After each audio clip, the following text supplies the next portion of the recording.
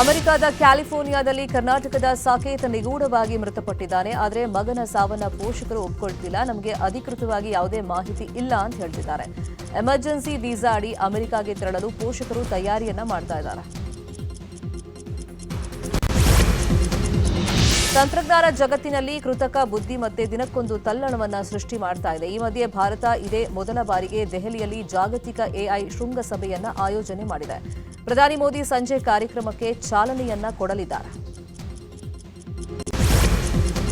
ಶಬರಿಮಲೆಗೆ ಮಹಿಳೆಯರ ಪ್ರವೇಶ ವಿಚಾರ ಮತ್ತೆ ಮುನ್ನೆಲೆಗೆ ಬಂದಿದೆ. ಇವತ್ತು ಸುಪ್ರೀಂ ಕೋರ್ಟ್ನಲ್ಲಿ ಈ ಬಗ್ಗೆ ವಿಚಾರಣೆ ನಡೆಯಲಿದೆ. 2018ರಲ್ಲಿ ಎಲ್ಲಾ ಮಹಿಳೆಯರಿಗೂ ಅವಕಾಶ ನೀಡಬೇಕು ಅಂತ ಹೇಳಿ ಸುಪ್ರೀಂ ತೀರ್ಪನ್ನು ಕೊಟ್ಟಿದ್ದು, ಇದರ ವಿರುದ್ಧ ಹಲವು ಅರ್ಜಿಗಳು ಸಲ್ಲಿಕೆಯಾಗಿದ್ವು. ಬಿಕ್ಲು ಶಿವ ಕೊಲೆ ಕೇಸಲ್ಲಿ ಅರೆಸ್ಟ್ ಆಗಿರುವಂತಹ ಶಾಸಕ ಬೈರತಿ ಬಸವರಾಜು ಅವರನ್ನ 7 ದಿನ ಸಿಐಡಿ ಕಸ್ಟಡಿಗೆ ನೀಡಲಾಗಿದೆ. ಈ ನಡುವೆ ಮನೆ ಊಟಕ್ಕೆ ಬೈರತಿ ಬಸವರಾಜ್ ಪರ ವಕೀಲರು ಮನವಿ ಮಾಡಿದ್ರು. ಮನೆ ಊಟದ ಬಗ್ಗೆ ಇವತ್ತು ವಿಚಾರಣೆ ನಡೆಯಲಿದೆ.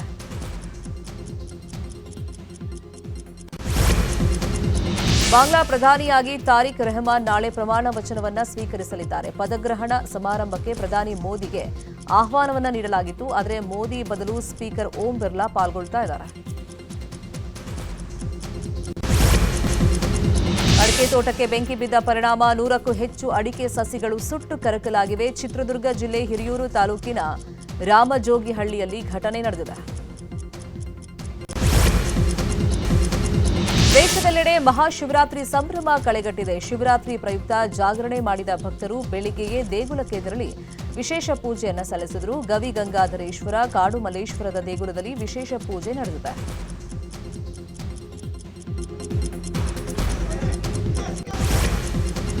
ಕೊಪ್ಪಳ ಜಿಲ್ಲೆ ಕುಷ್ಟಗಿ ತಾಲೂಕಿನ ದೋಟಿಹಾಳ ಗ್ರಾಮದ ಅವಧೂತ ಶುಕಮುನಿಸ್ವಾಮಿ ಜಾತ್ರೆ ನಡೀತಾ ಇದೆ. ನಾಳೆ ಸಂಜೆ ಶುಕಮುನಿಸ್ವಾಮಿ ಮಹಾರಥೋತ್ಸವ ಜರುಗಲಿದೆ.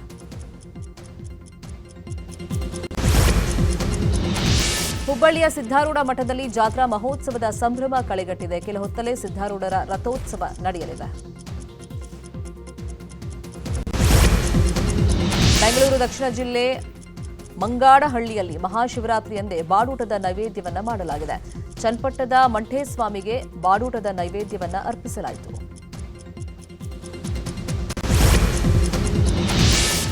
ರೈಸಿಂಗ್ ಸ್ಟಾರ್ಸ್ ಮಹಿಳಾ ಏಷ್ಯಾ ಕಪ್ ಟಿ20 ಟೂರ್ನಿಯಲ್ಲಿ ಪಾಕಿಸ್ತಾನ ಎ ತಂಡದ ವಿರುದ್ಧ ಭಾರತ ಎ ತಂಡ 8 ವಿಕೆಟ್ಗಳಿಂದ ಭರ್ಜರಿ ಗೆಲುವನ್ನು ಸಾಧಿಸಿದೆ. ಪಾಕ್ ನೀಡಿದ 93 ರನ್ಗಳ ಗುರಿಯನ್ನ ಭಾರತ ಎ ತಂಡ 10 ಓವರ್ಗಳಲ್ಲೇ ಸಿಡಿಸಿ ಗೆದ್ದು ಬೀಗಿದೆ. ಆಸ್ಟ್ರೇಲಿಯಾ ವಿರುದ್ಧದ ಮೊದಲ ಟಿ20 ಪಂದ್ಯದಲ್ಲಿ ಭಾರತ ಮಹಿಳಾ ತಂಡ ಗೆದ್ದು ಬೀಗಿದೆ. ಆಸೀಸ್ 18 ಓವರ್ಗಳಲ್ಲಿ 133 ರನ್ಗೆ ಆಲ್ಔಟ್ ಆಯಿತು. ಭಾರತ 5.1 ಓವರ್ಗಳಲ್ಲಿ 1 ವಿಕೆಟ್ ನಷ್ಟಕ್ಕೆ 51 ರನ್ ಗಳಿಸಿದ್ದಾಗ ಮಳೆ ಅಡ್ಡಿಪಡಿಸಿದೆ.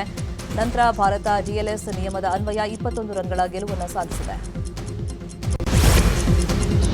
ಪಾಕಿಸ್ತಾನದ ವಿರುದ್ಧ ಟಿ20 ಪಂದ್ಯದಲ್ಲಿ ಟೀಂ ಇಂಡಿಯಾ 61 ರನ್ಗಳ ಜಯವನ್ನ ಸಾಧಿಸಿದೆ. ಕೊಲಂಬೋದ ಪ್ರೇಮದಾಸ್ ಸ್ಟೇಡಿಯಂನಲ್ಲಿ ನಡೆದಂತಹ ಪಂದ್ಯದಲ್ಲಿ ಭಾರತವು ಪಾಕ್ ವಿರುದ್ಧ ಭರ್ಜರಿ ಗೆಲುವನ್ನು ದಾಖಲು ಮಾಡಿದೆ. ನಟ ದರ್ಶನ್ಗೆ ಇವತ್ತು 49ನೇ ಹುಟ್ಟುಹಬ್ಬದ ಸಂಭ್ರಮ. ಜೈಲಲ್ಲೇ ದರ್ಶನ್ ಹುಟ್ಟುಹಬ್ಬ ಆಚರಣೆ ಮಾಡಿಕೊಂಡಿದ್ದಾರೆ. ಪುಟ್ಟೇನಹಳ್ಳಿಯ ನಂಜುಂಡೇಶ್ವರ ದೇಗುಲದಲ್ಲಿ ದರ್ಶನ್ ಹೆಸರಲ್ಲಿ ಹೋಮ ಹವನ ನಡೀತಾ ಇದೆ. ಡಿವೈನ್ ಸ್ಟಾರ್ ರಿಷಬ್ ಶೆಟ್ಟಿ ಈಗ ಜೈ ಹನುಮಾನ್ ಎಂಬ ಚಿತ್ರದಲ್ಲಿ ಅಭಿನಯಿಸಲು ಸಿದ್ಧರಾಗಿದ್ದಾರೆ. ಫೆಬ್ರವರಿ 22ನೇ ತಾರೀಕು ಹಂಪಿಯಲ್ಲಿ ಜೈ ಹನುಮಾನ್ ಚಿತ್ರಕ್ಕೆ ಮುಹೂರ್ತ ನಡೆಯಲಿದೆ. ಎನ್ಟಿಆರ್ ನೀಲ್ ಕಾಂಬಿನೇಷನ್ನ ಡ್ರ್ಯಾಗನ್ ಸಿನಿಮಾ ಶೂಟಿಂಗ್ ಹಂತದಲ್ಲಿ ಇರುವಾಗಲೇ OTTಗೆ ಸೇಲ್ ಆಗಿದೆ. ನೆಟ್ಫ್ಲಿಕ್ಸ್ ಡ್ರ್ಯಾಗನ್ ಸಿನಿಮಾವನ್ನ 125 ಕೋಟಿಗೆ ಖರೀದಿ ಮಾಡಿದೆ.